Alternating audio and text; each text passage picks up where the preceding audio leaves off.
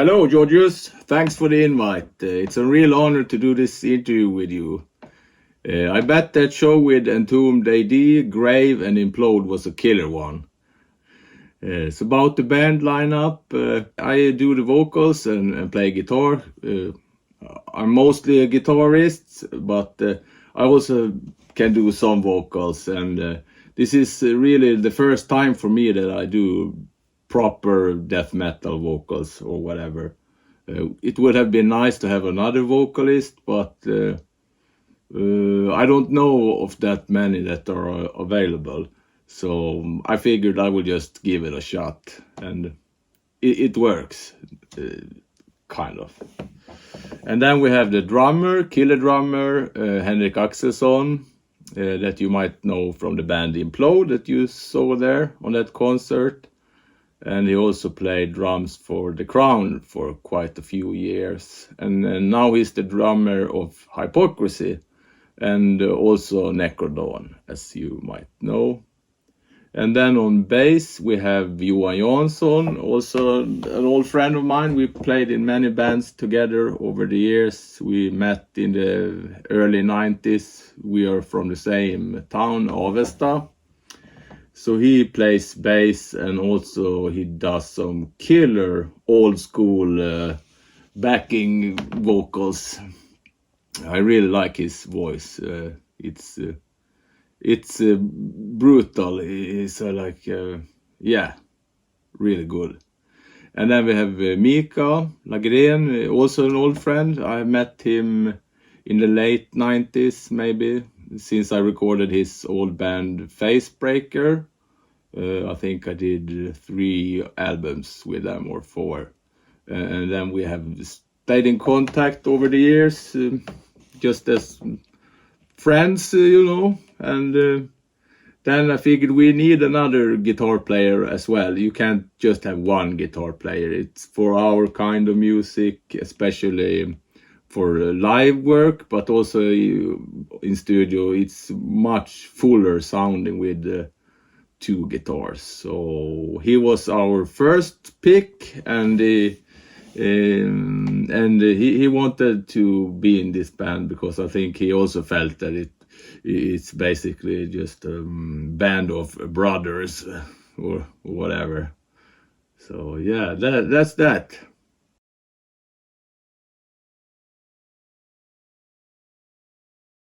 Well, about the style of Nekrodawn, it's not supposed to be old school Swedish death metal, but since we are quite not young guys, when we try to do something, I think it will be kind of old school because of our influences and stuff like that. But when starting to make this album, it never crossed my mind that this should be old school or anything like that. I mean, basically it's like a mix between maybe Bolt Thrower and, I don't know, Death Unleashed, a bunch of bands. Mortician is a favorite. Yeah, Demolish from Finland. I think they were like the spark for this band. I wanted to have something a bit more in that vein, and also a bunch of other Finnish bands. But yeah, so it doesn't sound like Entombed or stuff like that. They are great bands, of course. I like old school Swedish death metal, but Nekrodawn is not sounding so much like that. But we don't sound like modern death metal at all. It will not be possible. We are too old.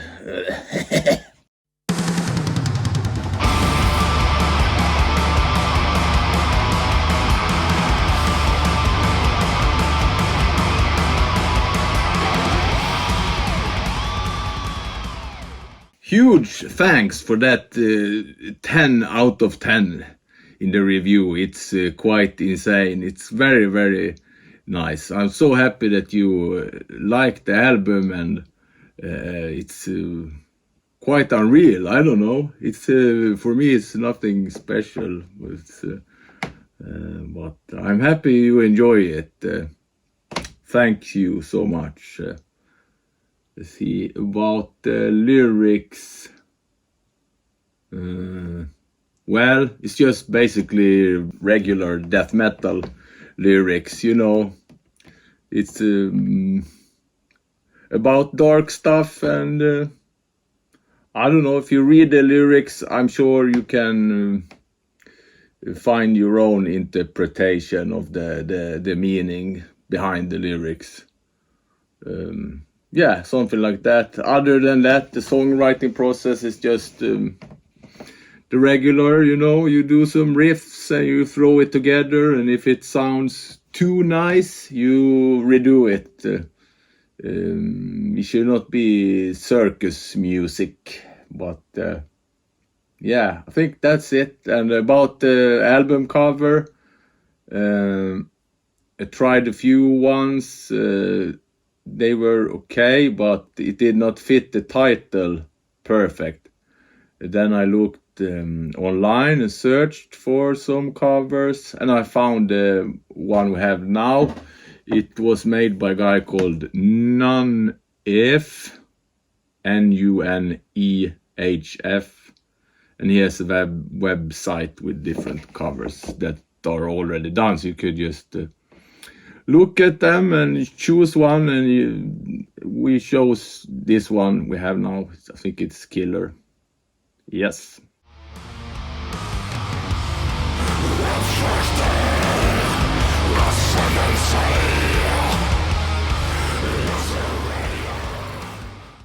Origin of Terror was the first single. It's a bit faster song, so I thought that could be a good introduction to the band. But it's we do a mix of fast and heavier songs. So the second single, Sacred Termination, I think those two songs represent the band quite well. And I don't think we will release any more singles from this album, but we have already started to work on our next album, so we will probably release some singles from that album this autumn, hopefully.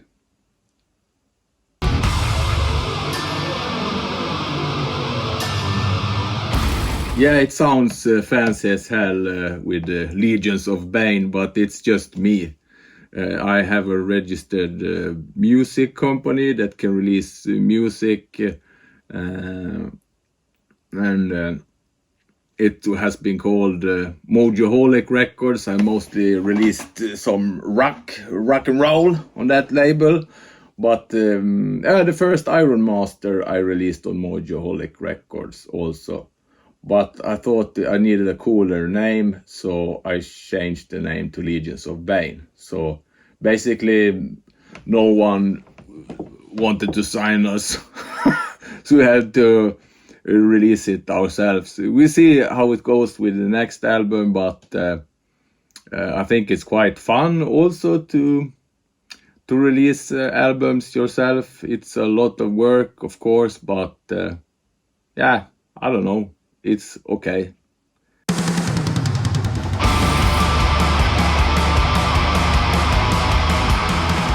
Yes, we do have some plans for live shows this autumn. We have one gig booked only so far, but hopefully there will be more. Only in Sweden so far, but it will be great to go around Europe and do some shows. Hopefully we can come and do a show nearby you sometime soon.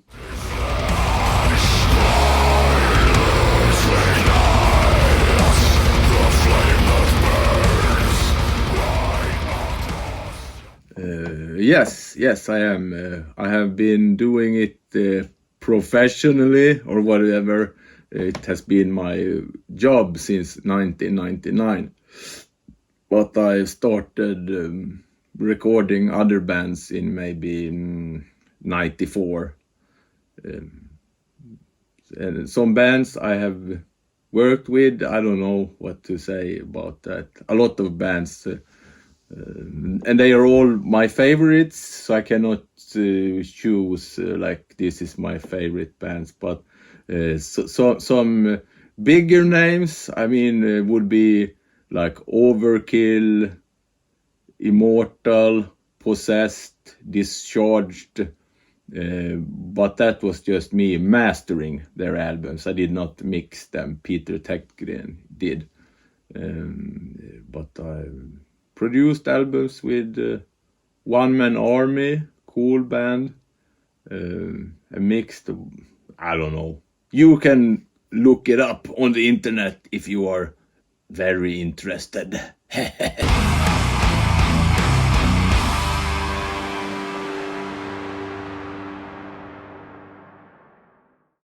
Yeah, well, Ironmaster was just like the first metal I did in years. I've had a break from metal and death metal for maybe almost 10 years. Then I just felt like doing something different, and I writing some songs.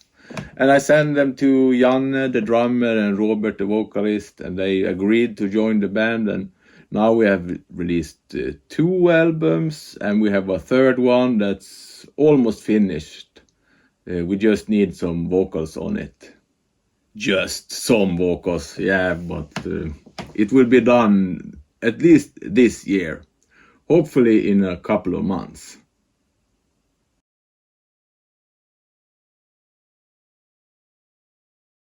Well, Bourbon Boys is actually Per Hulkoff from Rauptjer.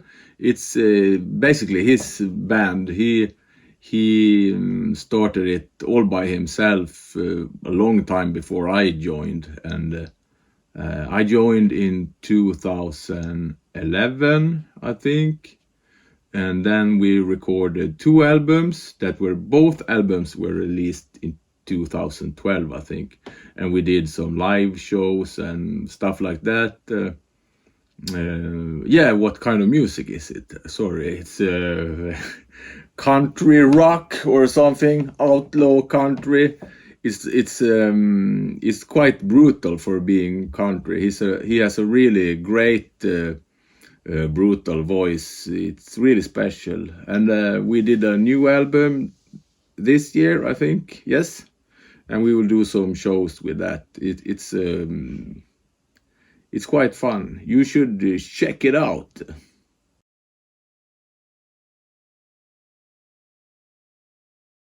Roadhouse Diet I started in 2013 maybe, like some ZZ Top rock and roll band.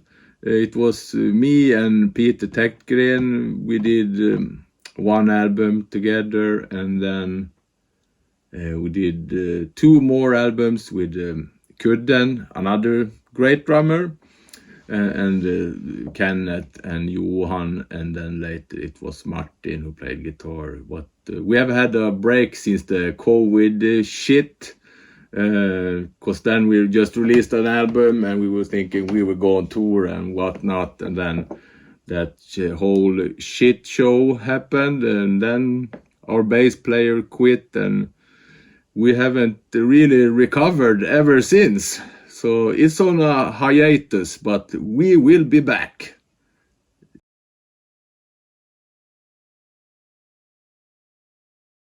Well, I must say I really enjoyed the new Vultimus album and also the new Deicide. And Necrophobic has just released a new album, which I think is killer.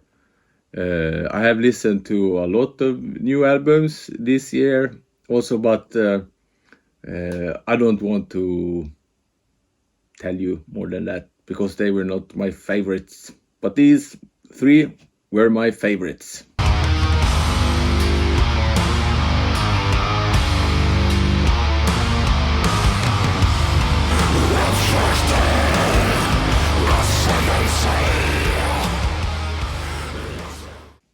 Yes, LG's death was a huge blow to the metal community. I think he was like the Lemmy of death metal, or I would say he was a really nice guy. I met him a few times, and I think we did not some shows, but we played on the same festivals a lot of times, and he was always super nice and real funny guy, I must say. Yeah, and my favorite Entombed album, I think they are all my favorite albums. They're all very good albums, but I have to say Left Hand Path, because it's such a milestone in the history of death metal. Dissection, I have not shared stage with them. I have listened a little bit to Dissection, not that much. I don't know, it's more black metal, but I really like the Storm of the Light's Bane. And Jon was such a great musician, and vocalist and lyric writer, and like I would say a total genius. But I never met him, so I don't know. It's real sorry, such a loss also that he is gone. I think he would have accomplished a lot more with his music and released many albums, good ones. So that's sad.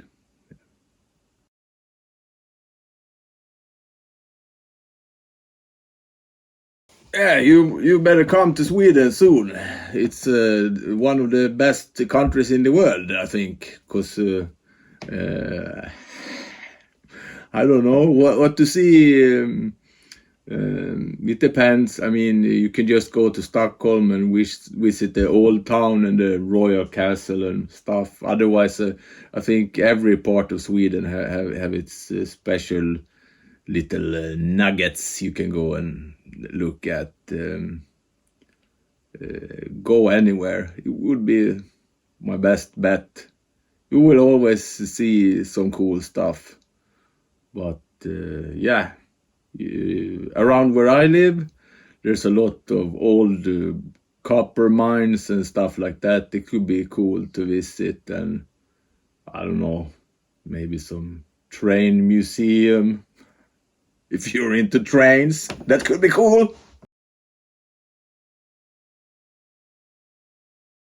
Typical Swedish foods, surströmming is basically rotten fish. You could try that, it's quite tasty.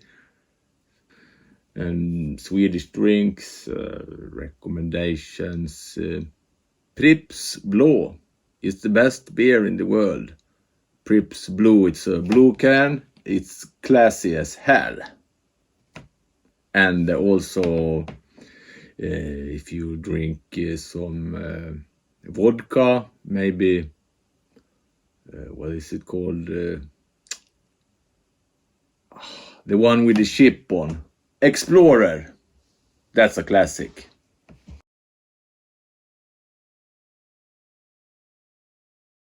Thank you, Georges. It was a really nice interview to do. And if I have a message for the readers of Archangel's Lantern, yeah, please follow his blog and his other pages and stuff like that. And if you have a time over in your busy schedule, you can listen to some Nekrodawn. Thank you. Goodbye. Cheers.